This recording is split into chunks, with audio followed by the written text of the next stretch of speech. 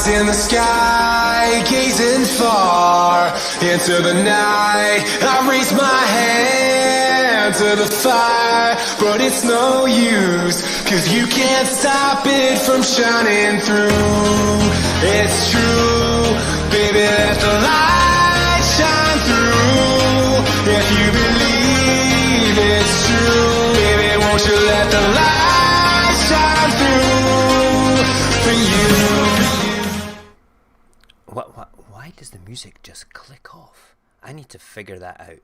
I need to figure out a way to make that pew just go slowly. Good evening and welcome to Radio Apocalypse. You know what's really disappointing is that my live chat's not come up in my window on Chrome tonight. So that means I'm going to have to watch the chat on my phone, which is not what I really like doing anymore. I like to have the full control here. So yes, good evening, welcome. We are here to talk about, hold on, I need to see my live screen as opposed to the screen that you guys see just now, because you're about 30 seconds behind me. That way. Yes, wholehearted vulnerability, and the strength that vulnerability gives you, the intense journey that you go through when you have given yourself over to a particular emotional thing, and the courage that you gain from that, and the self-worth rather than the self-pity. And we will be talking about that. We will go through what vulnerability is. We will actually talk about, I don't know if you've heard of her, a girl called Brené Brown. She is an amazing woman. She did a fantastic TED talk all about this, and this is my inspiration for this. And I first learned about her before I met my wife, and it totally changed my perspective about myself. And I will take you through the journey of all the things that I realised tonight, okay, and everything that Bren is talking about as well. There are five things to deal with, about vulnerability, and then there is a definition of what wholehearted is, and then 10 signposts which we can talk about step by step, that to direct you to wholehearted living. And I will tell the stories of my experiences with this as we go through this as well. So yeah, I hope that you're all ready for this journey. It's going to be good fun. I've got some pictures that I'll put up too. Let me just get ready for this. I have said to my children that tonight is an important one. I need you not to fart, Ruin. Okay, he's got his good boy, and Alia as well, sitting on the sofa. Are you watching the stream, or are you doing something else? They're all doing something else. That's good. I know you don't fart. No, you ladies don't fart. Their bottoms just whisper secrets that smell funny. Okay? You don't smell funny, you smell of roses. Yes, yours smell of roses. That's very true. Oh my God, am I actually having this conversation off camera with my children? We're not here to talk about flatulence, for goodness sake. Right, here we go. Let's have a quick look to see who's chatting with us just now. Cognac is in the house, and so is Nyla, and so is my Morgan, and so is Equilibrium Balance. Good evening, ladies and gentlemen. It's good to have you here. I always like when people come to visit me on the stream. I've been doing a little bit of TikToks today as well. Cognac, there's one that's waiting for you to duet. You'll know it when you see it. It's about flirting, so I can't wait to see what you do with that. Alright, so go and have some fun with it, mate. And so I've been trying to advertise on TikTok for the stream before the whole of that app gets shut down globally. I can see it happening. So I might have to go back onto Byte and start doing stuff on there too again. We'll see. Right, so where to begin? Right, first of all, I need to bring up some pictures. We need to get rid of that picture and bring on this one. This is Brené Brown. Okay, She is the inspiration behind Wholehearted Living, her research, her TED Talk and everything like this. And it's, to her, she did a whole bunch of research about, what was it, about shame and mocking things. And through her research, she came to the conclusions that we're going to talk about today. I'm not going to tell you her big long story of how she got there. That is on the TED Talk. And if you've not watched that TED Talk, I highly recommend it. It is an eye-opener. And you'll suddenly realise if you live your life this way or you don't. Okay, this is why it was an eye-opener for me.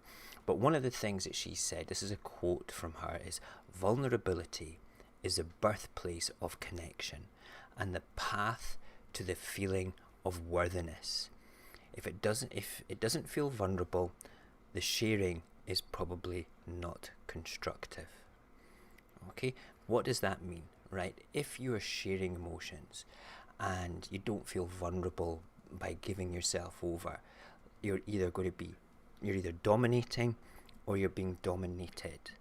All right, there's not that sort of happy medium sort of ground of feeling that you've gone that extra mile to give yourself to somebody. So what is vulnerability? Okay, the straightforward definition is the quality or state of being exposed to the possibility of being attacked, harmed, either physically or emotionally. We're really talking about the emotional side of things tonight, which is good. And I will from time to time be looking down at my phone. I'll put it right there, use my coffee cup to stick it up.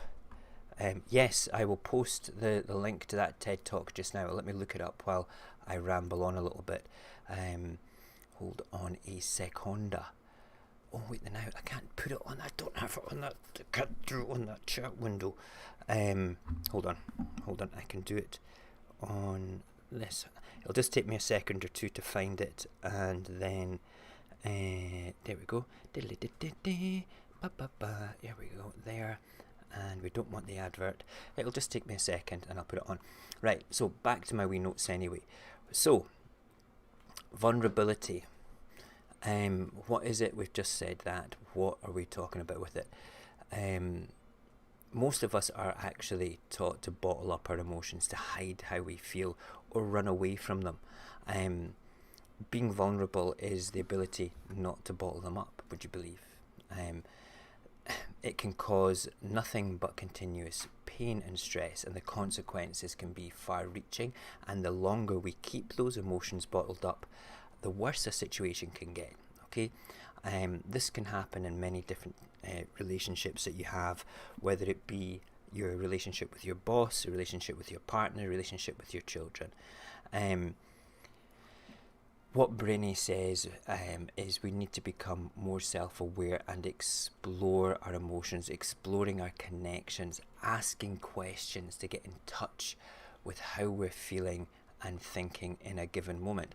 Not over-analysing it, of course, but just that feeling of that moment, and find a method for bringing out those feelings which work best for you, such as writing, that's me, poetry, meditation, or just talking.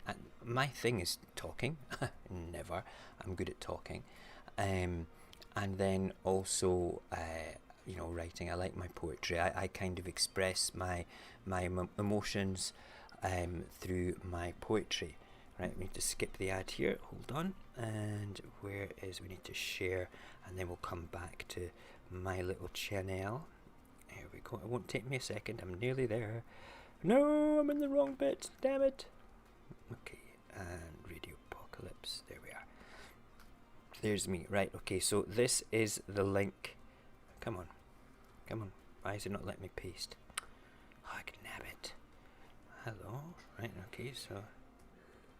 Oh, it's not letting me paste it because I'm just coming across. I will paste it directly into in fact, you know what we'll do? Hold on. I'm going to stick it across in Discord. I will send it to you in Discord, so you can copy and paste it. Nyla, one wee second. God, this takes ages. Why didn't I have this ready? You know? Hold on. Why is... Nothing's working for me tonight. I'm so not used to doing this on my phone. Right, we will get this slowly but surely through the night. So, right, I don't want to stop doing what I'm doing because everything's interconnected just now with all these 5 different areas of vulnerability.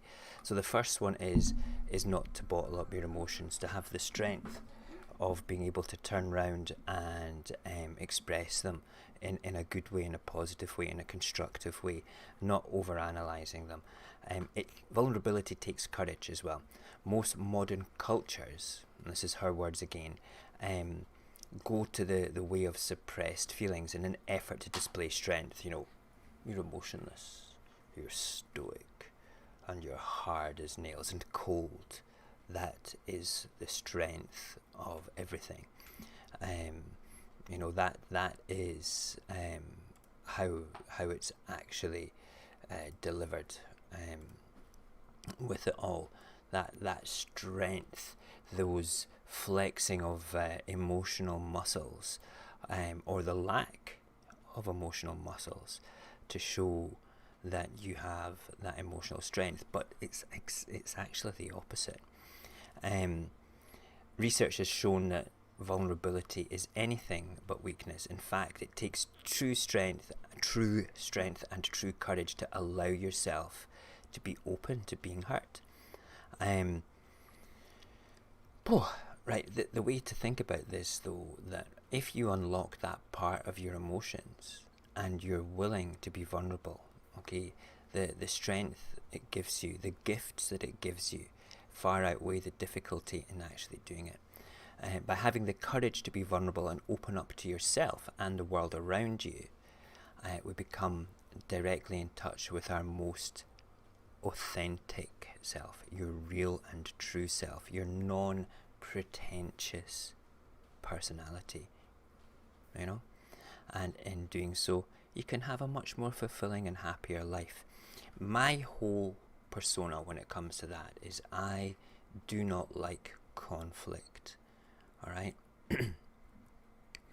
But I keep saying this to people. I says, please don't think my unwillingness to engage in verbal combat with you is a weakness. It's just I can't be asked with it. I really can't be asked with it. Do you understand that? There's a difference between engaging in a direct conflict verbally with somebody, because there's never actually a winner in that situation. There's just frustration and bullshit and anger, and it just doesn't work at all. You know, I have to say. And if hold on a wee second, and if you do engage in that, all right, that's fine. That's up to you. It's your choice, okay? But me, that's what I discovered. That is me living my wholehearted, vulnerable life. I'm quite happy for people to shout at me. And you know something? It might emotionally be bruising as well and hurt a little bit.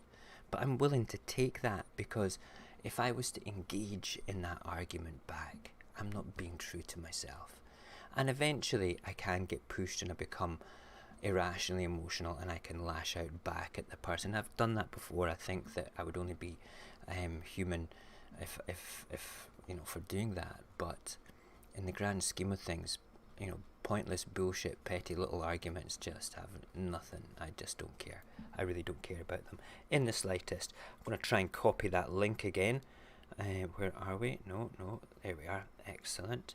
Right, share, copy link, go to Discord, find Nyla on Discord, there we go, and then paste, and then send. And Nyla, that link is on Discord now. Okay, I've sent you it as a PM, so you can stick it onto the chat if you want. Because it's, hang on, let me see if I can do this in the chat now. It wasn't letting me do it before. It wouldn't let me do it. Here we go, live, and we can catch up with the chat as well. Oh, have you put it on there? Yay! Mo, can I shout at you how much I respect you? Respect is something that's very mutual to everybody that watches this. I have, some people say respect is earned. I say a certain level of respect has to be earned. Okay, you can give your respect freely as part of this. This is showing vulnerability as well, and if you respect somebody straight away. So Morgan, thank you very, very much for saying that. I do appreciate that in ways, greater ways that you can possibly imagine. Right, I'm just going through, there's lots there from Cognac. We will come back to that as the show goes on. Right, so the next little bit is to face your fears and move forward. And this is to do with vulnerability as well. In everything we do, fear and criticism will always be there to greet us. That is the arguments I was just talking about. That is the ability of other people mocking you, saying things that perhaps are not particularly nice, engaging and pushing your buttons to try and get that emotional reaction out of you. And you know what? It's all right to react emotionally about things like that. It's fine. You're allowed to do that. When I say I don't engage in the argument and things, right? That's me. It doesn't mean that it has to be you. You can choose to do it whatever way you want, right? So fear and criticism will always be there in some form, and the best source of action is to always show up anyway into that, face into it and move forward no matter what you're doing. Emotionally, you have to be there every single day to do what you're meant to do, and don't let these obstacles stop you. The more you stand up to these negative forces, the more you will flex your courage and resilience to come out stronger from it. There are people in this world that will wear you down and push you around and keep wearing you down and wearing you down, and eventually you become so drained that you just break down and cry. Alright? You just break down and cry and you don't know what to do. That is okay. Right? That doesn't show weakness, it shows vulnerability, and that release of those emotions, right? That release is a good thing, because you step forward and the next time it happens, you're a bit stronger and you're a bit stronger again. All right? It's important, right? It's important. Okay, you're not a perfect human being, all right? And that's the next bit. Okay, go out there and find excellence, not perfection. All right, you will never be a perfect human being, and that is okay. All right, you're allowed to be imperfect as long as you're not taking advantage of people's imperfections. Get me? Right, so seek excellence, seek to better yourself, and don't look for perfection. Perfectionism, the belief that we live life perfectly, look perfectly, and act perfectly, and we can avoid the pain of blame, judgment, and shame. If you're perfect, right, you're more likely to be critical of others because you believe that you are perfect. Do you get that? Does that make sense? All right. So to be imperfect, okay, and to seek for excellence, and excellence isn't a level to attain. Excellence is always ongoing. Like my daughter, she is a friggin' excellent little baker, but we had a disaster a couple of days ago when we were baking, and everybody got a bit upset about it all. Okay, I got a bit upset because I didn't think that I was communicating effectively. Then I thought maybe she's not listening to me and everything like that. But the excellence and the ability to be able to bake is an ongoing thing. So today she was baking. Hold on a second.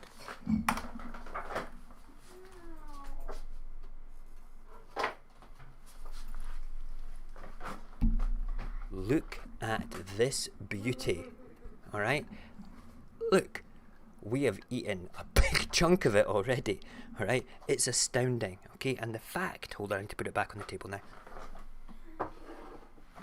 The fact that I can use something as simple as baking as a metaphor for a striving for excellence is great. You see, the next time she bakes a chocolate cake, it'll probably be shit, alright? But that's not the point. The point is, she didn't give up. She sought out and was seeking excellence, the ability to move forward and be better, okay, considering that there was a disaster before, right? That is totally cool, alright? You're allowed to that. But was she upset that she wasn't perfect at making the cake? I don't know whether she's listening to me or not. I think so. Little girls always want to be perfect in the eyes of their daddies, don't they? They really do. Hold on a second. Can you make sure you shut that door and pull the cushion in front of it, please? You need to stick your hand round. Good kid. Maybe not. I don't know. So, the point I'm making there, right, is it's alright not to be perfect. Okay? Little girls like to be perfect in their eyes of their daddy. She is perfect. Okay? But she's more excellent than she is perfect, and that's why I love her. Alright? So, perfectionism isn't about growth or improvement or personal achievement. It's about the fear and avoidance of taking responsibility and trying to be better. So, if you're seeking excellence, you're putting yourself into a vulnerable situation emotionally where it can be upsetting that you've made a disastrous chocolate cake. But the next step forward is to do it again and make a better chocolate cake. Alright? Good. Let's just go to the chit chat. Yes, chocolate. Right. Okay. The next bit, this is the last bit to do with vulnerability. Then we are going to move on to wholehearted, because to be wholehearted, you need to be able to accept vulnerability. So the last bit of vulnerability is to dare to be yourself. Now, there was a man on Byte, that new social media app, alright, that used to do, and probably still does, and does it on TikTok as well, does his own thing and did hundreds and hundreds and hundreds and hundreds and hundreds of these little videos, and they would just blow up in your feed. And that man, I completely fell in love with his personality, and he's here as Cognac, right? He dares to be himself on these apps more than anybody else that I see, and I think he is fantastic. He apologized to me in the infancy of our friendship, saying, "Oh man, I do all these things. I didn't want it to blow up on your feed." Tough shit, man. It blew up on my feed, and if it didn't blow up on my feed, we wouldn't be friends, okay? Because I got you. I liked that you were being yourself and expressing yourself and not caring but caring. Not caring but caring. It's the same sort of part of the yin and yang circle, alright? So always dare to be yourself. Be original. Be authentic. Be real. Be totally real. The final and perhaps most important lesson of all is to dare to be yourself at whatever the cost. Alright? If you start to be somebody else, or start to pretend to be somebody else, or anything like that whatsoever, alright, then you're not being real.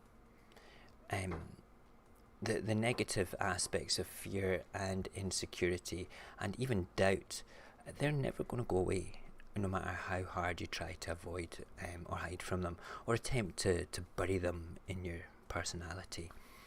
Instead, face them with courage and confidence, with your original, authentic, strong self. If you are being your true self, okay, those particular aspects of those particular things of fear and insecurity, they kind of disappear a little bit more, because you are being your true self. Part 1 is over. We can take a big sigh of relief, and let's see what comments there are on about the chocolate cake. Oh, come on, we want to be able to read this. There we go. Thank you. Right, okay, let's go back to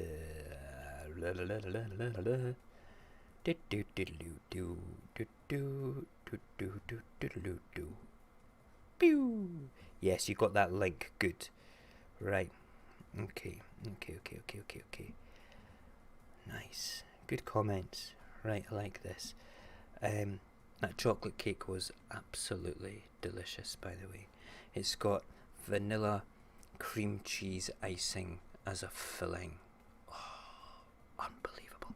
And just a dark chocolate, sort of like buttery, fudgy icing on the top. And it's very soft and moist cake. Delicious. You watching my TikToks? You're watching my TikToks, yeah? Yeah, she's laughing at my TikToks. My TikToks aren't funny. They're just for the show. You know that? Yeah, she's a good girl. How can a father not love his daughter? You know. Right. Just having a look in. Looking. Good. I like the chat that you're having. It's in essence very good. Right, so accepting vulnerability, okay, and understanding vulnerability isn't a weakness. Just remember that it's a strength. And if you're prepared to be vulnerable in different aspects and points of your life, all right, it allows for far deeper emotional growth than anybody could have, and it prevents, if it goes right back to that humility, compassion, the empathy thing that we talked about a few weeks ago. All right, these are the building blocks of a strong emotional personality, okay, a positive and good and strong emotional personality. And yes, you might suffer from anxiety. Yes, you might suffer from depression. Yes, you might suffer from other things that makes it difficult for you to move forward in that positive direction. That's okay.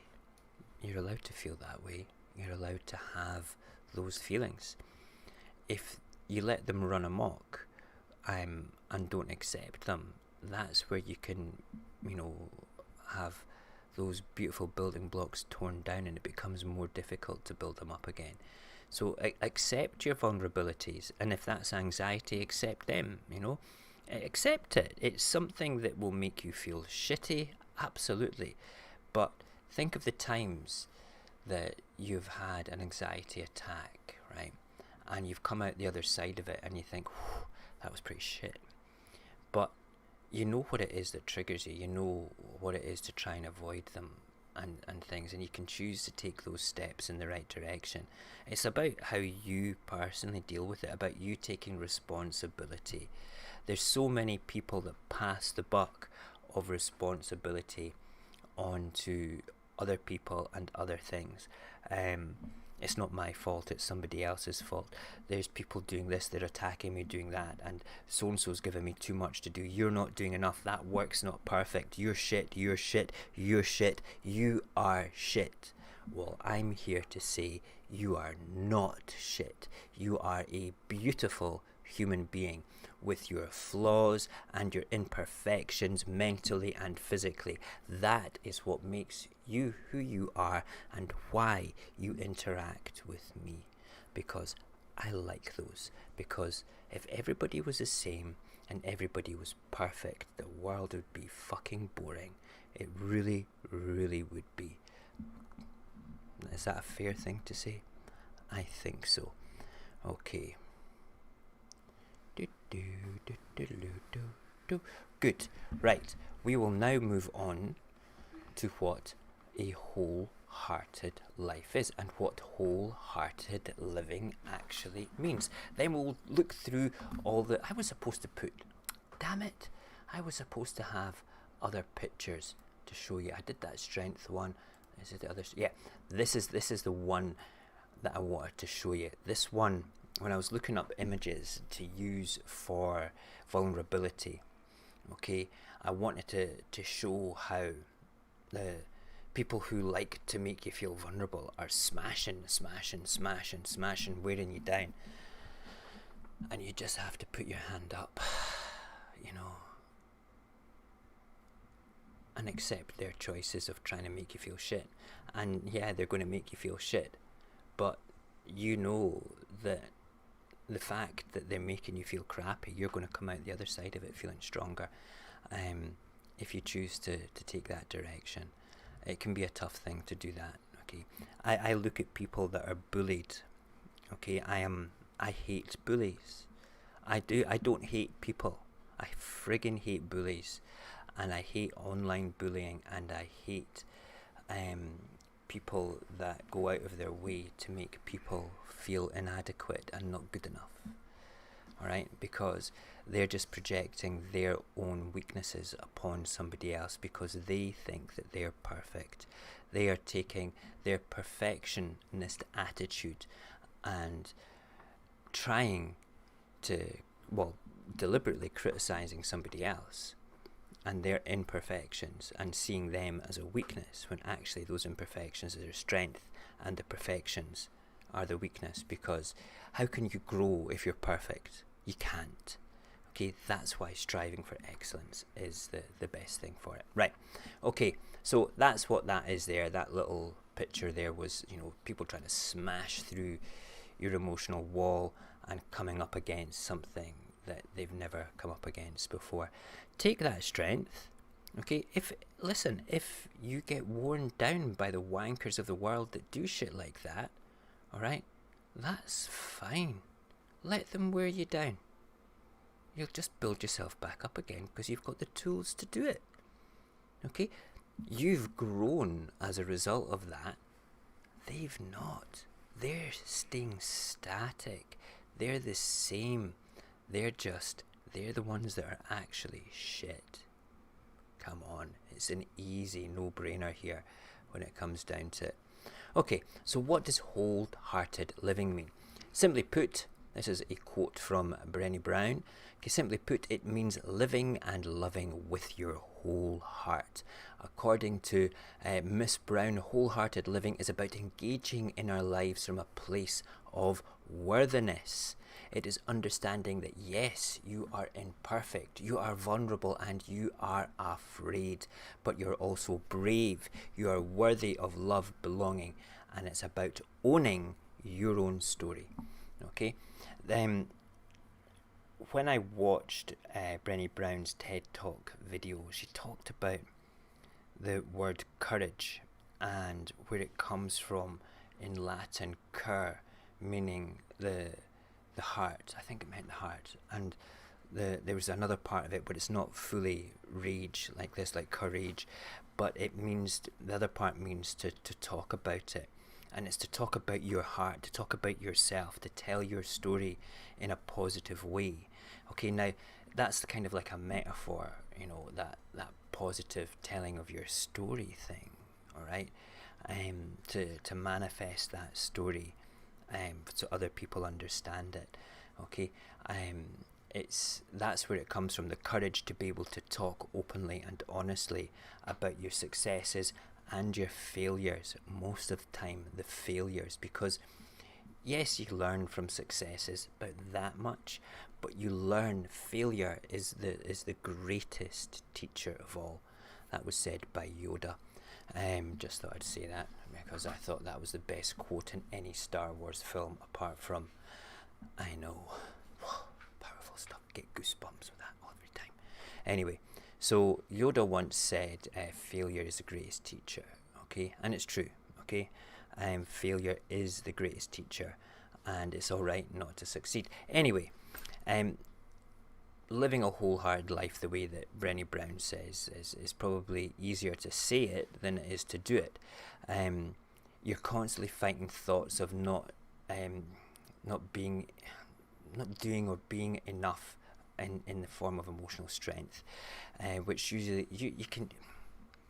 it usually comes in the way of feeling shame and fear, and that can actually be put on by somebody else as well. All right, somebody could be shaming you, like basically mocking you and making you feel inadequate as a human being, shaming you, and you have fear as a result of that. But to experience love and belonging, we must believe that we are worthy of both as well. So you can be put into a corner with shame and fear, right? But that, if you can go through that and you understand what that actually is, okay, and move forward from your vulnerability, okay, you will then understand what it feels like to be worthy. Now, this is where I want to come into my little part of the story before we go on to the 10 sort of road sign posty things about wholehearted living. All right. Now, when I separated from the children's mum, I didn't think that I would ever fall in love with somebody again. All right. I was a broken-hearted man, and I thought, maybe I'll get a bit of mojo back. Maybe I'll get out there in the world again one day. But I wanted to focus on my children. But then, yeah, I did go out of my way, and I ended up dating for a little while. But it was through Tinder that I met these people. I didn't have the opportunity to go out and spend money, so I'm a reasonably articulate man using words on the phone, and people are a lot more relaxed and a lot more trusting when it comes down to being in their living rooms talking to you, so when that happens, they open up more. So that was me, and I went on a couple of dates that way. Didn't really like it. I didn't feel comfortable with it, but I put myself out there, and I had these barriers up, because I had to consider my children's feelings, I had to consider my feelings, and I didn't want to get hurt. I didn't want to feel vulnerable. This is before I knew anything about this. And then one of the women that I met said, you need to watch this video. And it was the video that we've linked into the chat. And I watched it, and then I watched it again, and then I watched it again, and I kind of tried to relate it back throughout my sort of emotional history growing up, being a teenager, thinking, when you're a teenager you think you're in love, and yeah, you are in love, it's your infancy of love. Then as relationships progress, you feel deeper love and deeper, distancing, and sometimes it's a deeper attachment to people, sometimes it's less of an attachment, sometimes it's anger. You have this whole range of emotions, and I expressed these openly with friends and family, and I looked at this and I thought, wow, I actually live a wholehearted life. I live my life this way because I'm not afraid to express my feelings, and I think that reflects a lot more in the way that I write my poetry as well, and after watching that I thought, do you know something, I deserve to be with somebody. I am worthy. I'm allowed to love myself because I'm allowed to love other people, That's where it took me. And then I read a couple of Brené Brown's books, and I started to understand the whole concept a lot deeper. And it is a complete sense of worthiness. If you can express love and feel that you're worthwhile loving, you might have your heart broken 1,000 times, but the fact that you feel worthy to be loved means that you will express and feel love many times over, and that's okay. But at the same time, you might only feel it once, and that's okay too. You might be with that person for the rest of your life. I love my wife. I am so lucky, and she's a good friend. She's a wonderful mother, and she's my wife, and I'm still like a teenage boy around her, to be perfectly honest. I'm thinking, wow. When she comes through in the morning and she's sort of like got that, I've just woken up face, I need a cup of coffee and my breakfast, don't speak to me sort of thing at all going on here. And I'm like, you're dead sexy in the morning.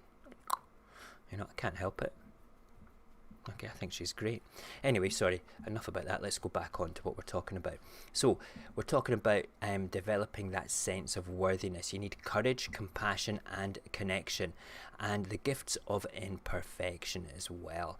Okay, so you need to know your vulnerabilities to be able to have that sense of worthiness. and it makes a lot of sense. You know, when you think about it, if you live a life of fear of other people's judgment, okay, and you're not going to grow. You know, that's where you put up the barriers and consider yourself to be perfect. Not good. Please do not be perfect. Please be imperfect in everything you do, and learn from those imperfections all the time. Right, let's have a quick look at the chit chat. There's too much of a big conversation going on.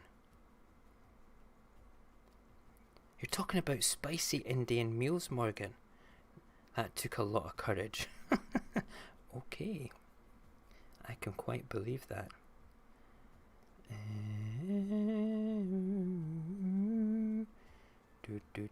I don't like reading on my phone because it's tiny little. Right, I'm going to actually bring up another YouTube thing here just now. Let's bring you to there. We can get rid of you. We'll bring you down and over to here, and then we'll go to my channel. And hold on, there we go. Let's check out the hold on. There we go. Right, I now have you up there. I don't need to do any. Where's the chat? There's the chat. Yay! I can see the chat better. Now I'm not in the studio, but I can see the chat better. I like that. So much easier. So much easier. Right, okay. Signposts. We have got 10 signposts to get through. Okay? I'm taking this. These are quotes directly from Brené Brown's books. Okay, and I will be putting my little bits in as well as we go along with it. Let me just see if anything jumps out just now in the chit chat charoo. Why is that not big enough? There we go. Now I can see it. Right.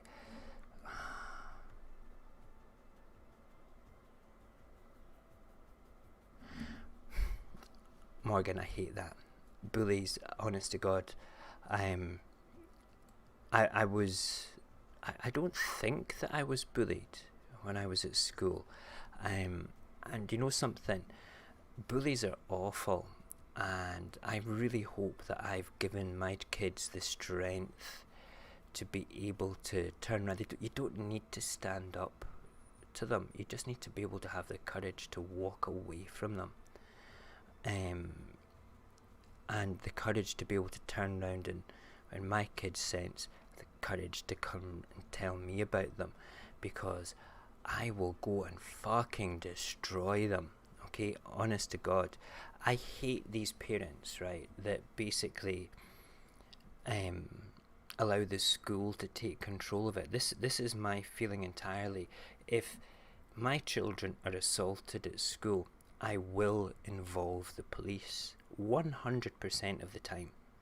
Okay, in fact, I will employ every method I know to bring justice to their doorstep. Okay, I'm quite happy to go and have a rational conversation with their parents and say, your daughter, your son has done this. Okay, I know this because there are witnesses. I will provide you with the proof. Just so you know, I'm calling the police about this, so you understand the implications of this. But I feel as a parent that I should be telling you this, because it's only fair. And when the police investigate it and take the witness statements, you can then deal with your child accordingly. Okay? Too many bullies think they can get away with it.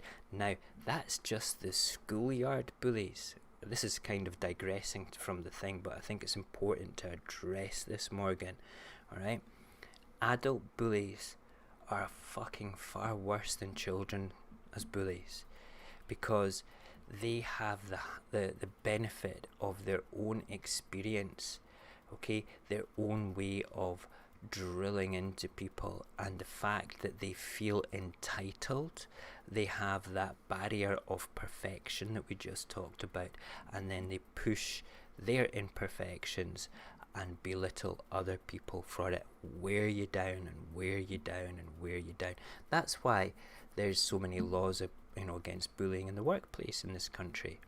There probably won't be after we leave the EU, but in all sort of like honest sort of respect to the whole thing is that if you know an adult bully, okay, you have far greater rights in dealing with those. There's these things called harassment laws, okay, and you could just go in and Google UK harassment laws, all right, and you will have an abundance of things coming up. They're all in the. They're also, there's links to them in the research section of our Discord as well. So that's how you deal with adult bullies. They're actually bound by the law in this country a lot more. Like, for instance, if you get a ridiculous amount of phone calls over and over and over and over and over and over again from somebody, that's harassment. Okay, and if you can, you know, you go to the police and you say, hey, look, I've had ridiculous amounts of phone calls from this person. I've hung up. You can see that I've hung up. You can see that I engaged there, and you see that I've hung up. You know, and it drives me bananas. It really, really, really, really does, because people think they can get away with it. There's also stalking laws in this country, you know, and when it comes to the stalking laws, all right, when you get a ridiculous amount of phone calls from somebody, that is actually stalking as well. So when it comes to adult bullies nowadays in this country, you are protected. It's under the harassment. Go and Google UK harassment laws, UK stalking laws, things like that. There might not be something that says specifically this is for this, but that behaviour is taken upon in different laws as it is. Okay, good. Right, I will now swiftly move on. Have we got another picture I can bring up? Have I got another nice wee image? Yes, we're going to put this one up. It's about love. We like love. Okay, right, where is my notes? Where did I get to? I've lost it. Where is signpost 1? Where are you? That's signpost 3. Signpost 1. Right. Where did we get to? Hold on. Right, okay. 10 signposts to direct you to wholehearted living. Are you ready for this? We will chunder through this as quickly as we can. Okay, let us begin. Letting go of what people think and cultivating authenticity. We talked about that already, but being authentic means letting your true self be seen. Do it. It's having the courage to be imperfect and vulnerable in society that wants you to fit in. It's also letting go of what people think and embracing who you truly are. That's quite scary, right? Especially for people pleaser. If you're a people pleaser, if you like to be the entertainer, the center of attention, you have this personality, all right? I just want to say, what you see on your screen just now is me. I am not talking shit about myself. I am not putting on an internet personality freakishy thing going on here, all right? What you see is what you get. Alright, I swear to God, I'm like this with my kids. Probably a bit firmer, a bit more serious, and I have a frown when I speak to them. That dad frown. What are you doing? Why have you not done the dishes? That sort of frown, okay? But what you see is what you get here. Sometimes I might think, you know, that when I read my poetry to use in the morning, I don't feel myself. I feel that I've got to read it with a bit of personality. And sometimes I feel that I'm not being authentic there. I'm being a bit of a hypocrite. But that particular part might come across as being an actor. But the rest of the time, when you're speaking to me just now, that's me being honest. Authenticity, it takes daily practice and is not something you either have or you don't. We have to keep in mind, what we have to keep in mind is that it doesn't make sense to sacrifice who we are for the sake of others. It's no good for yourself or the people around you if you're not being honest. Okay, so authenticity, That is your signpost 1. Then letting go of perfectionism and cultivating self-compassion. Perfectionism is another terrible thing. Contrary to what people think, perfectionism is not about striving to be your best, but to believe that everything needs to be perfect so that you can then be accepted and avoid blame and the judgment and the shame. The thing is, perfection does not exist at all, apart from God, if you're a religious person. Okay? But then God's flawed as well, so why did he give me cancer, you know?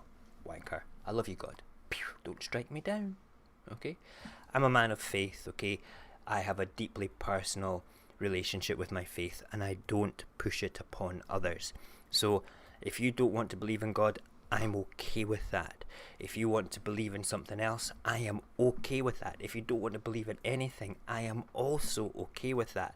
Just don't come knocking and mocking my faith at my door, because it's a deeply personal thing. So occasionally, if I speak to God on the stream, it's not because I'm a Bible basher, it's because I feel that, oh, maybe I should say something. Are you listening? Why have you not given me a winning lottery ticket yet? Oh, right, because we're not to pray for money. Is that a fact? Right, okay then. Then how do you give all the other wankers in the world money then? He's not answering me. He never does. Honestly, God's not perfect. Jesus. Jesus is. Sorry. Anyway, moving on. To let go of being a perfectionist, you need to practice self-compassion by accepting your imperfections and exploring your fears, and being kind to yourself. Being kind to yourself is probably the most important thing. After all, failing is part of being a human being, and you're doing the best job you possibly can in a shitty world. Okay? Signpost 3 is letting go of numbing and powerlessness and cultivating a resilient spirit. Resilience is being able to overcome adversity. Remember what I was talking about, people wearing you down?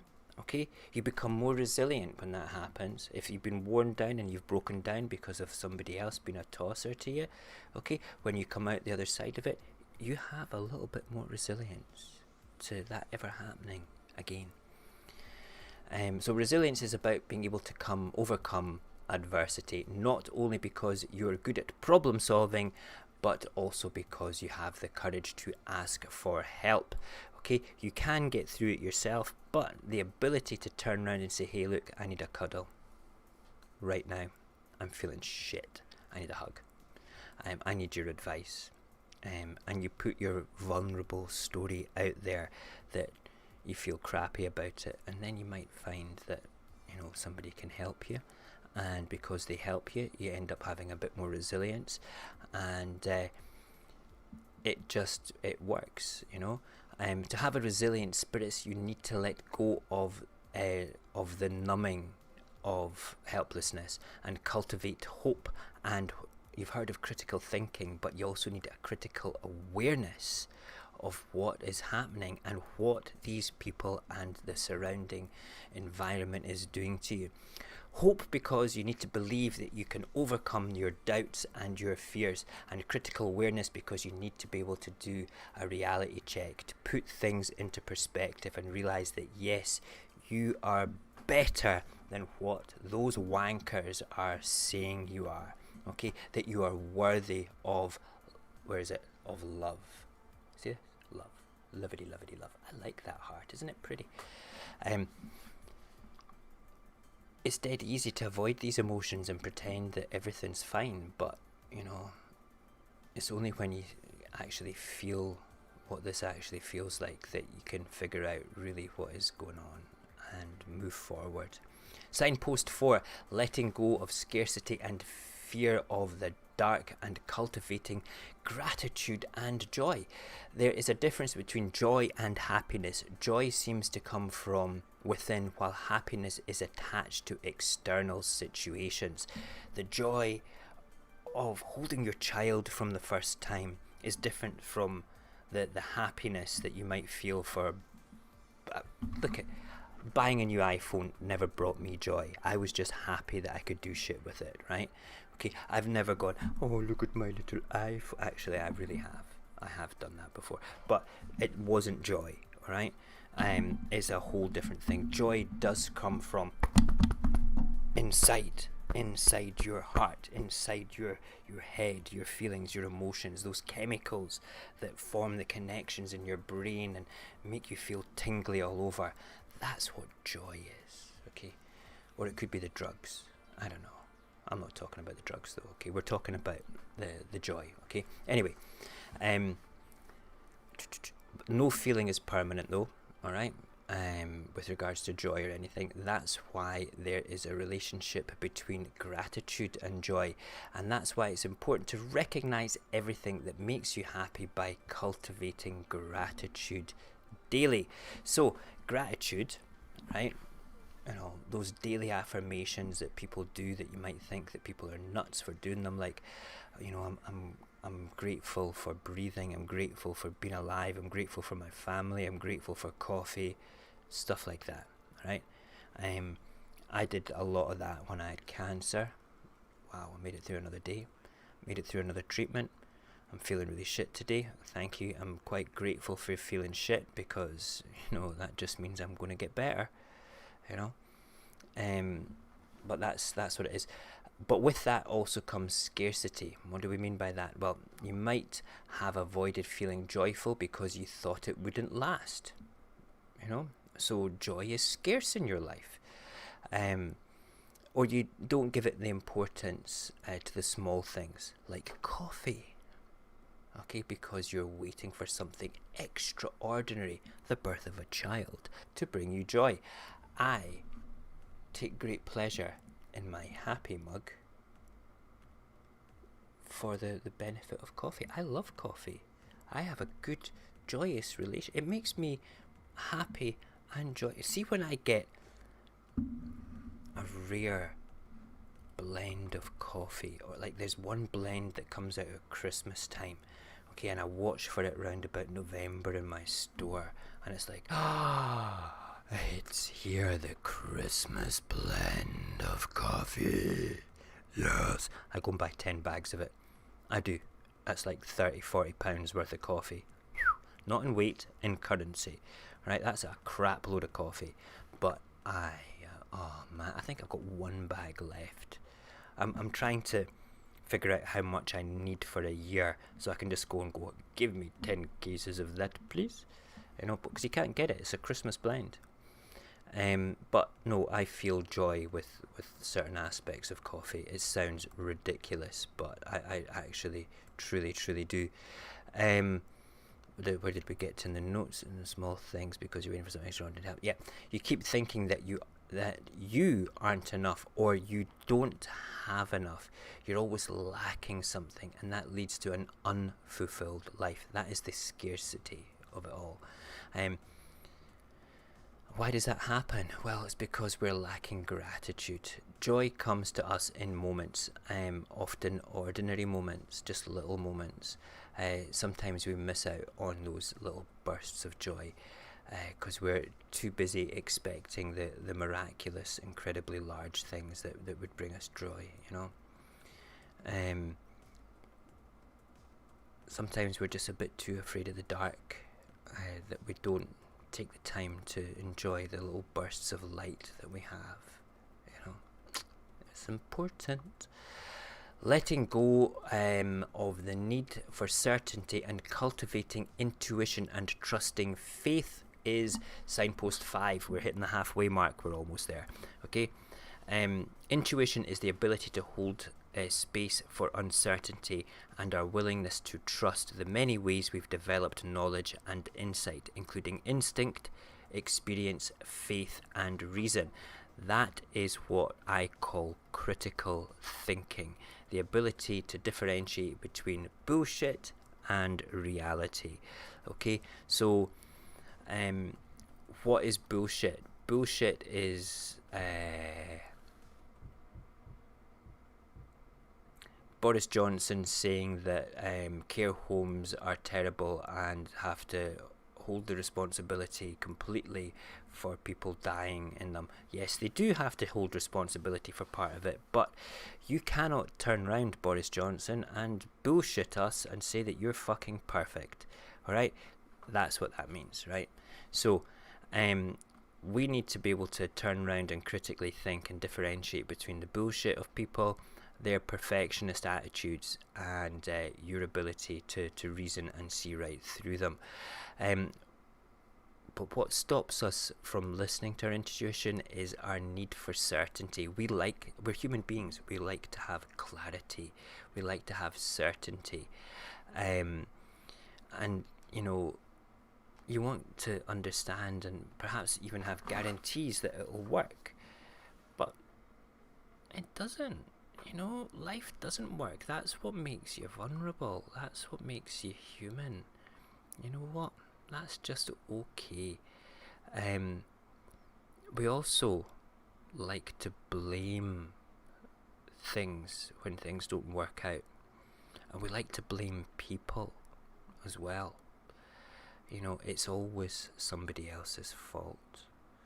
And usually the perfectionists of the world, people that think they're in a godlike position, the leader of a community, the leader of a political party, the leader of a country, royalty, you know, a council leader, a headmaster, people that need to have their egos stroked. Oh, you're such a good person, you do such good things. Oh, I love you, you're amazing. Oh, no, you're full of shit actually, because as soon as things don't go your way, you blame everybody else for the things that you've not done. Alright? Pa, don't have time for you, papa. There you go, look, there's my hand, there's that fist.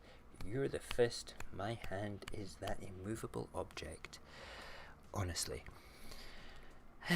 So yeah, these people blame people, you know.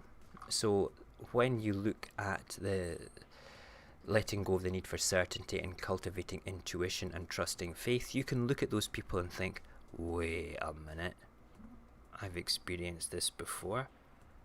I strongly believe that you're an asshole and you're behaving irrationally, erratically, and I deserve better. Which you fucking do, alright?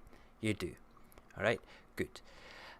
This is why we need to trust our intuition, right? If you trust your intuition with people's behaviours, it's just their behaviours, okay? Then you're gonna feel better about stuff in the long run, and you're going to be able to deal with emotional situations in a far more positive way. Okay? Good. Right. Let's have a look at the chat before we go on to point 6. I'm sure I saw Local Bottom come in. Hi, Local. How are ya? Nice to have you here. What's going on? Anything that I should be aware about?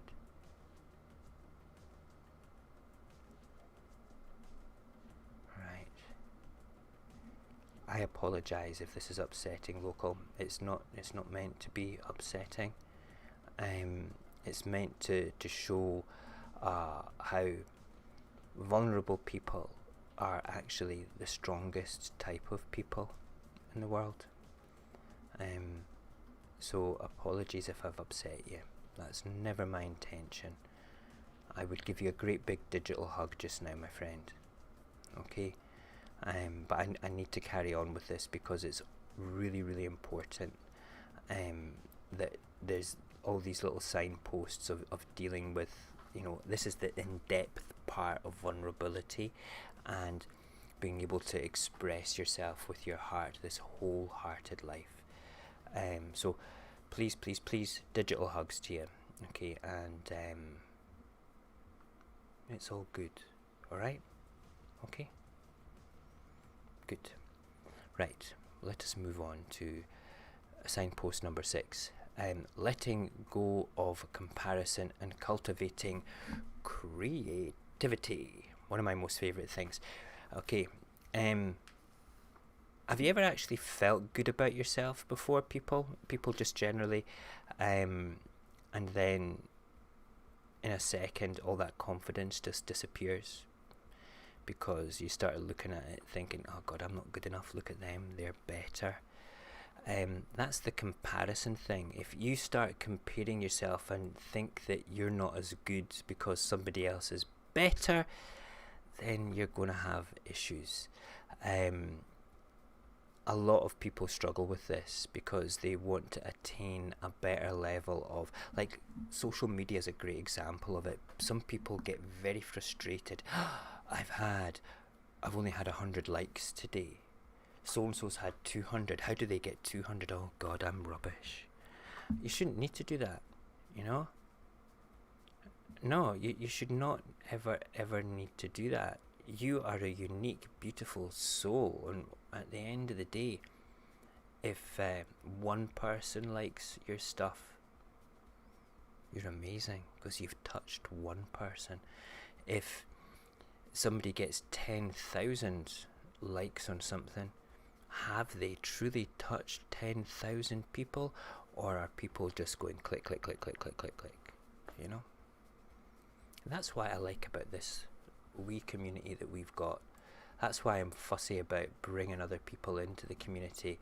Not because I'm super duper protective of you. Well, I am, okay? I just want to make sure that everything's cool all the time and be choosy about who comes in, because I don't want anybody to come in and upset the apple cart, because I like our apple cart, you know. So there we go. So yeah, in my notes I've talked about Instagram being it's all about competition. They need to be better than the person next to you and stuff. But if you are comparing yourself to others, it is the absolute ninja thief of joy. All right. So when I looked at my Instagram and we reached 100 subscribers, there's people that start an Instagram account and reach 1,000 subscribers in an hour. I was watching a guy live on TikTok today, and there's a lot of big TikTokers going live just now because they're shitting themselves in case TikTok gets shut down. So they go live and they say, if you follow me on Instagram, I'll do a shout out on TikTok for you, and blah blah blah blah blah. So yeah, okay, I'll go and I went away and I looked at this guy's account on Instagram, and within half an hour of him talking about this, he'd gone from like 500,000 to like getting an extra 9,000 subscribers just from going live on TikTok. I was blown away, absolutely blown away. So when people can do that in the space of 45 minutes, what hope does other people have if they start to compare themselves to that person? But when you hit a wee milestone of 100 people following you, I was like, yay! I felt great, and I celebrated that. Okay, likewise as well, when we hit the next milestone, which will be 225 YouTube subscribers. Okay, that will be me like, yay! But then we'll drop down to 216 again, because people will, you know, subscribe. This is the thing, they like to compare and think that it's a big ego thing for, I've got more subscribers than people I subscribe to. So they've got like 100 subscribers, but they only subscribe to 2 people. What's the point in that? You know, I like subscribing to people. I like getting notifications when people that I like come online. You know, I like going and sort of going, who do I follow? Oh, let's go and check them out today.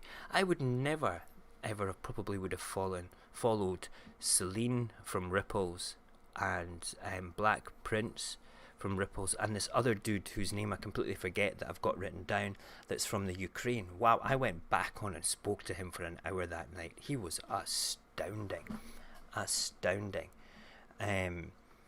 But there you go.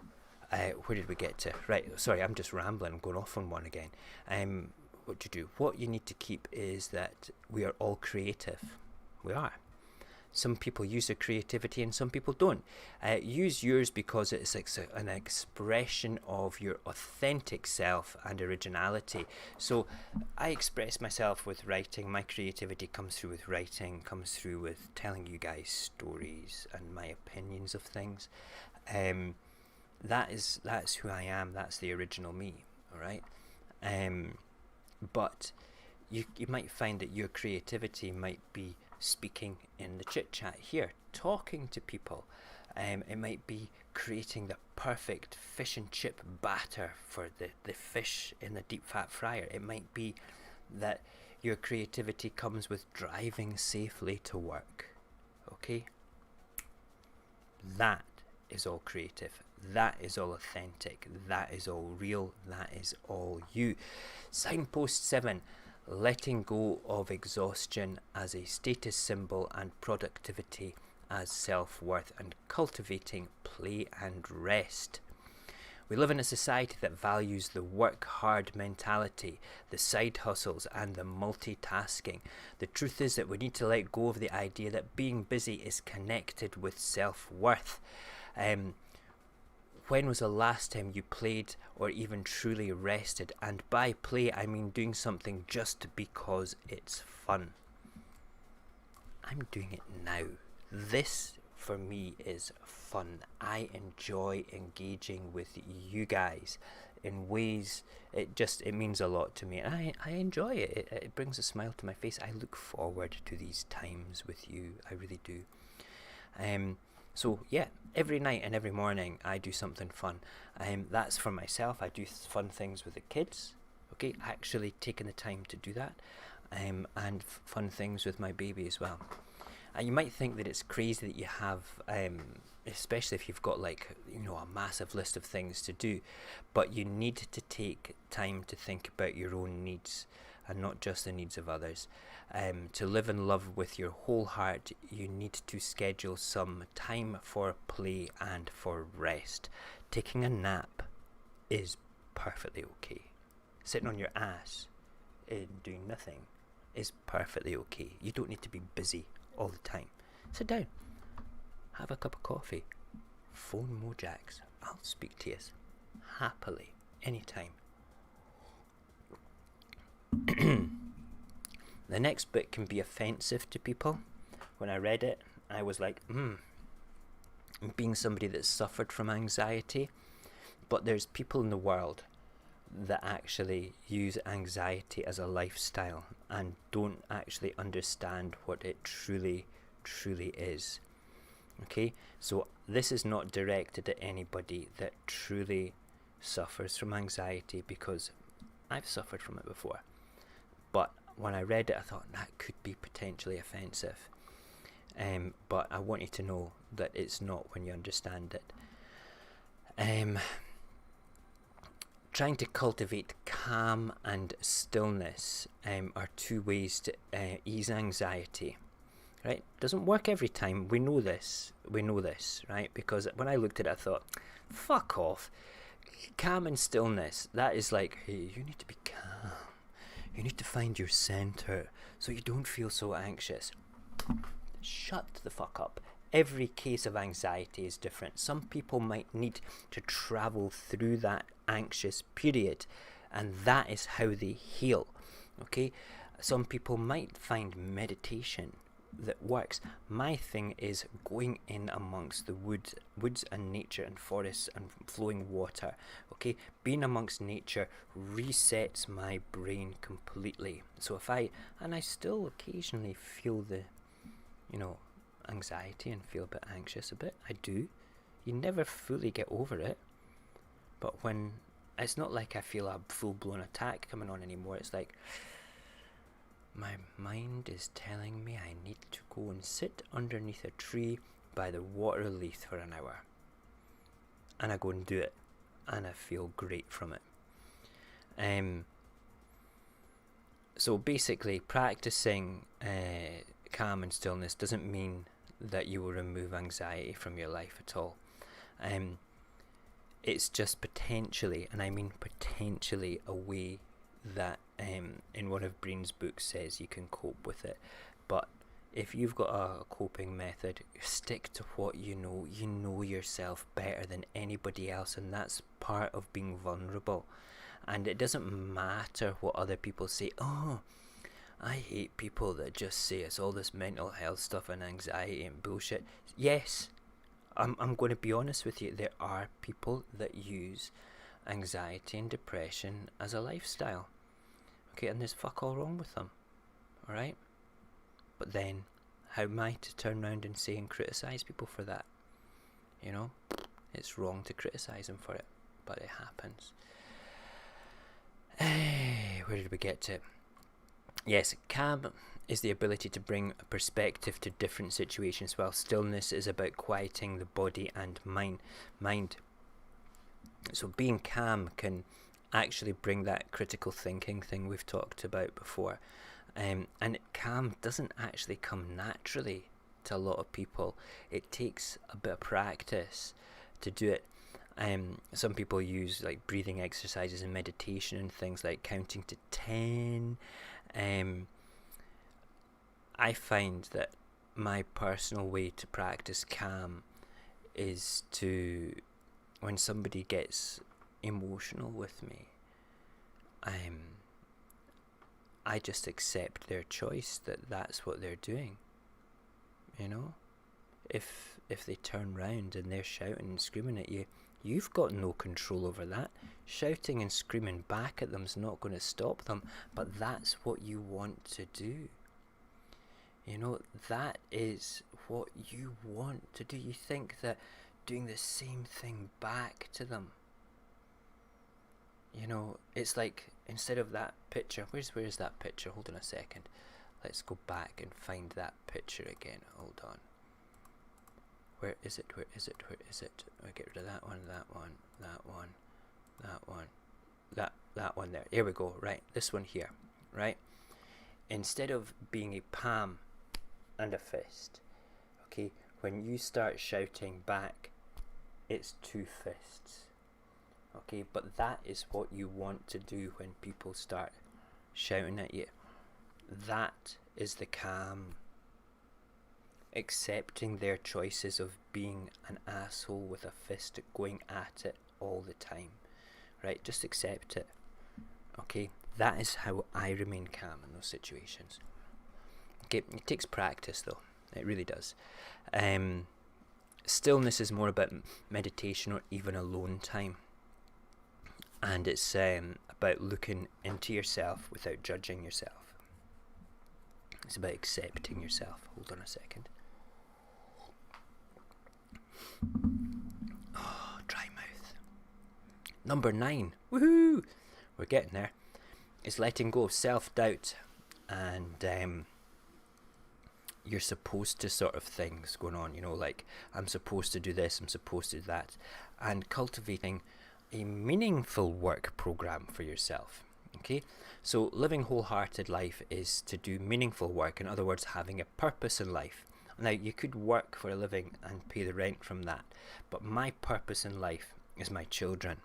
Okay, to be the best father I possibly can for them, to provide for them. So the job that I do just provides the means to my real job and my purpose, which is to be a good dad.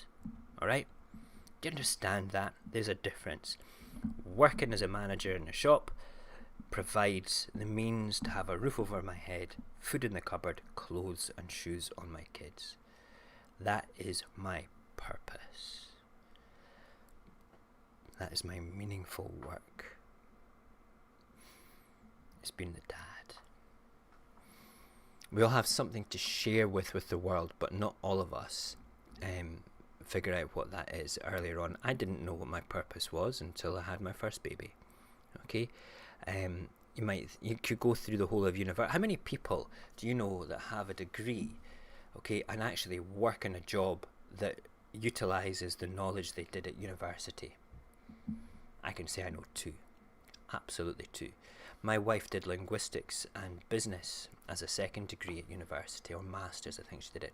But the business side of it only came later on, because she did a bit of linguistics as a career, but she moved into the, wanted to make more money and went into business and worked for Samsung. So it was important for her to do that, So bear in mind, if you're not in a job that you love, that might not be your purpose. That might just be the means to providing the things that you do for your purpose. And children are usually the biggest purpose in the world. signpost number 10. Letting go of being cool and always being in control. Cultivating a bit of fun, a bit of song and dance in your life, right? So, how many people, are too cool for school? Do you know that? The word I like to use is up their own arse. Alright? They think the world of themselves. Their levels of self-importance are beyond anything that I truly understand. That is something that, we all know somebody that's a dickhead, alright? And that's the person I'm talking about. I wear a stupid hat, alright? And I'll show you why. Alright, hold on. Now let me go to my live cam just now. Here we go. Because my hair is a ridiculous mess, okay? So I wear a hat, okay, not because I want to look cool, but from a practical sense. But I don't mind showing you my terrible, you should see, tomorrow morning when I do the morning show, I won't wear a hat. You'll see proper bedhead. Look at that.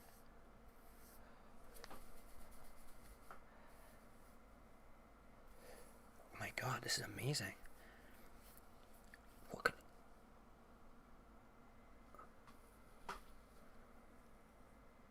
I can look like that guy from The Young Ones, the punk guy. Can't remember his name. But there we go, we'll keep my hair like this just now. I'm not going to put the headphones back on just now. But I do this because I really have no sense of cool whatsoever. Alright? And I believe that cultivating laughter is an important thing, that sort of like self-expression of being able to turn around and say, I don't give a fuck, you can think of me as what you will at all times, you really can, but I have no problems in letting go of my own self-worth in that sense, because that sense of self-worth is worth letting go, because I'm worthy of better and more spiritual and beautiful things, okay?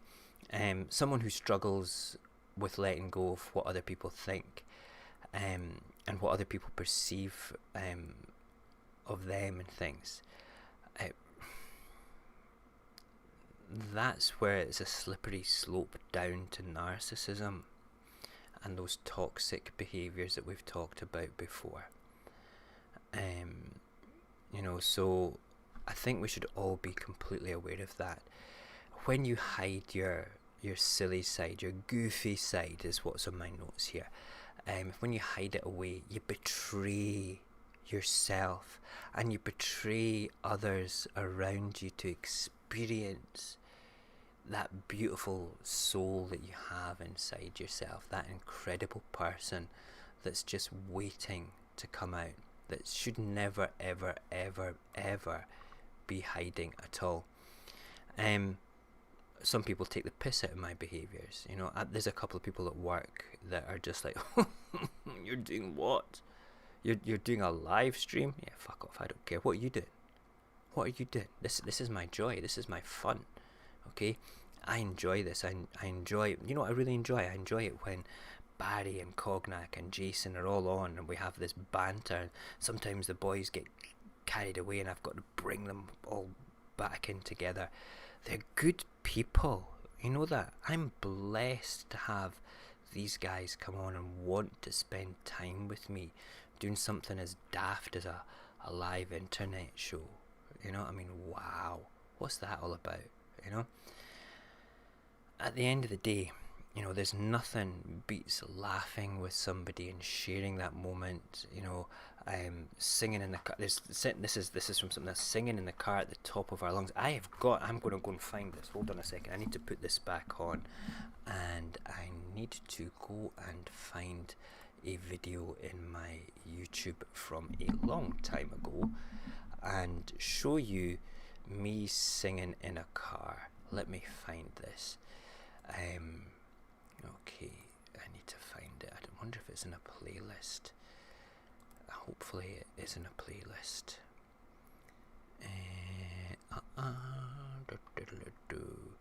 this is one when we're talking about what's the word I'm looking for? When we're talking about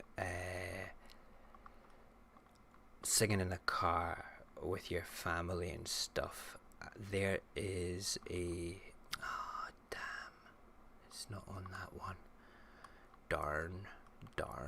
There's one where I am singing in the car with my niece, and she is mortified. I'm going to find it and I'm going to stick it in Discord because it's a truly beautiful moment. Alright? And my niece is, I'm actually singing a Eurythmics song. Fucking love Annie Lennox. She's amazing. But she was so embarrassed. I mean, she really was. But she got the fact that it was Uncle Mo being his usual asshole self. All right, and I can't help that. That is who I am, and I'm not going to change for anybody, ever. So that ability to make a fool of yourself and to be confident with it is how you kind of live your wholehearted life, you know. And when I look back to before I met my wife, when I look back and see those crazy things that I did before I met her, I kind of look and think, yeah, that's who I am. I had the strength to do this, which is kind of probably one of the most important things to be able to do, and that's to love yourself.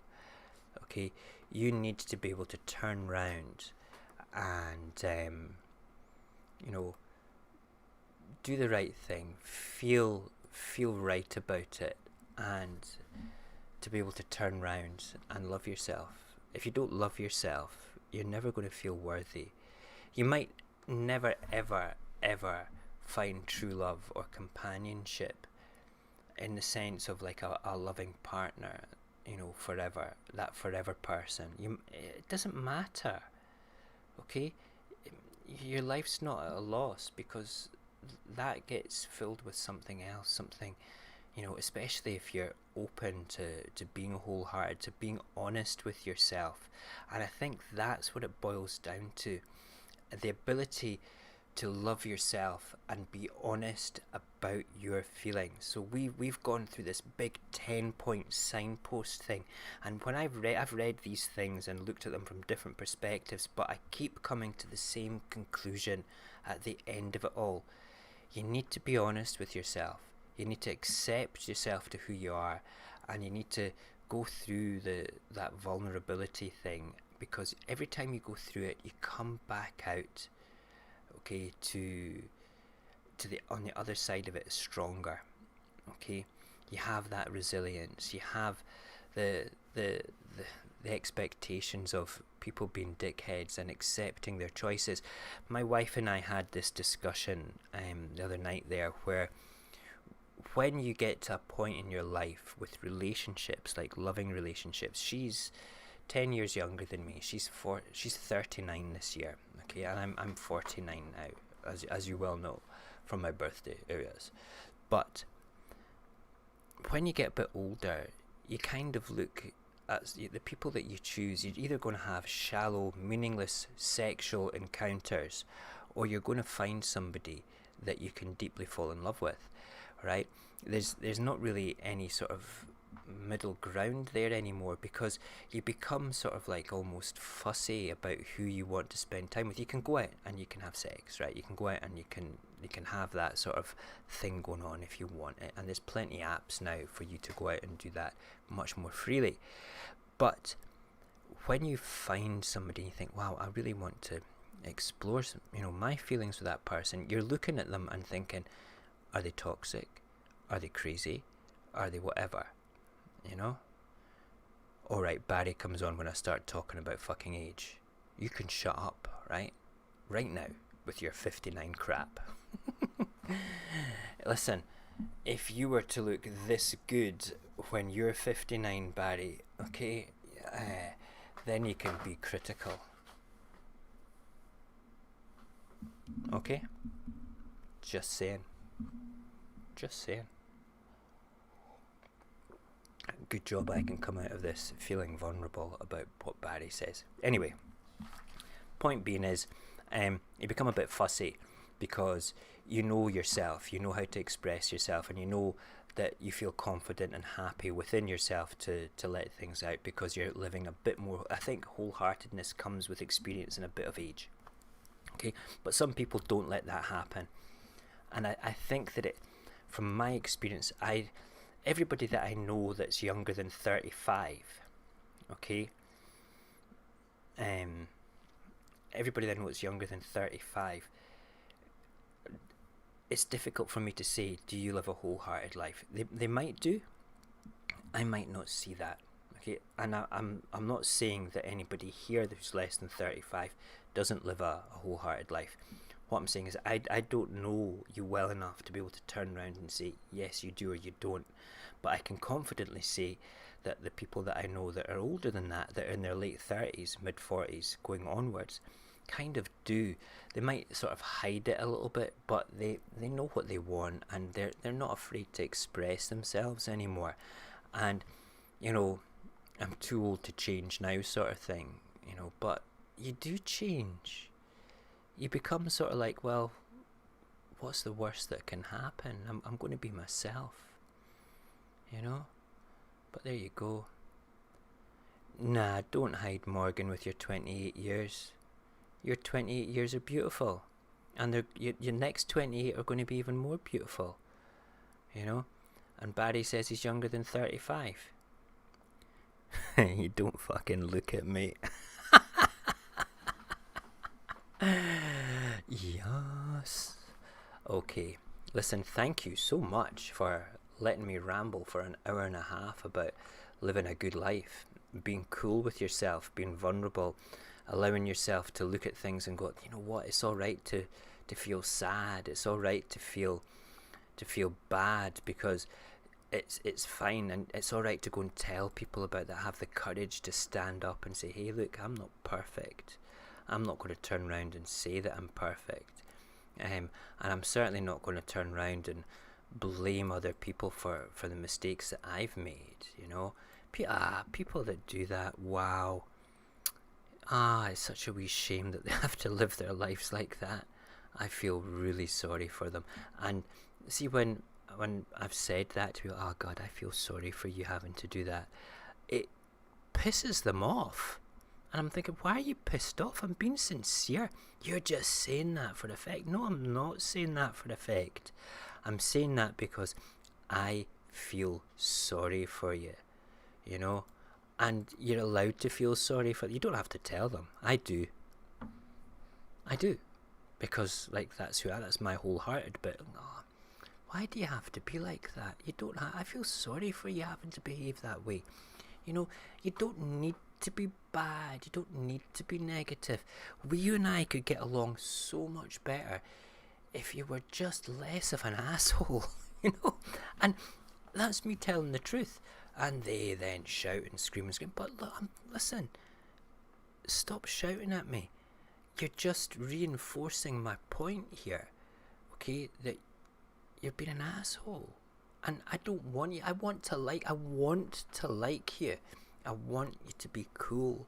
I want you to go away from this and think about what you've done, right? You don't need to shout at me. You don't need to do that. You can just look, see my hands up when I'm saying this. That's because of that thing, you know. Right, off you go. Thank you for joining us. I will put, where's that solo ending music part thing? I need to put the banjos on. Where's the banjos? Where's my banjos? Where's the band? There's the banjos. There you go. When the banjos play, that's coming up to the end of the stream. What is that? What's going on? Oh, hang on, that's because it's halfway through. There you are. Okay, we're at the end. Thank you very much, ladies and gentlemen, for joining us tonight. It has been great fun. I've had a jolly good time, and I can't believe I've rambled on for an hour and 35 minutes. It's good, it's good. I will go and find that video of me singing in the car with my niece and stick it on Discord. And we'll be back in the morning. I'm going to go and set the stream up for 6:30. I'm going to go to my bed in a minute. What time is it? Wow, it's 12:05. And I will see you guys in the morning. What day is it tomorrow? Thursday. My daughter goes on holiday with one of her school friends tomorrow. Just me and the boys and the wife, all in the house. Oh yes, it's going to be a laugh. Thank you so much again. It's been my absolute pleasure to be with you guys tonight. So, we'll speak again soon. Take care. Remember, be kind to yourself. Love yourself. Just be good. Life's not difficult. Just be true to yourself.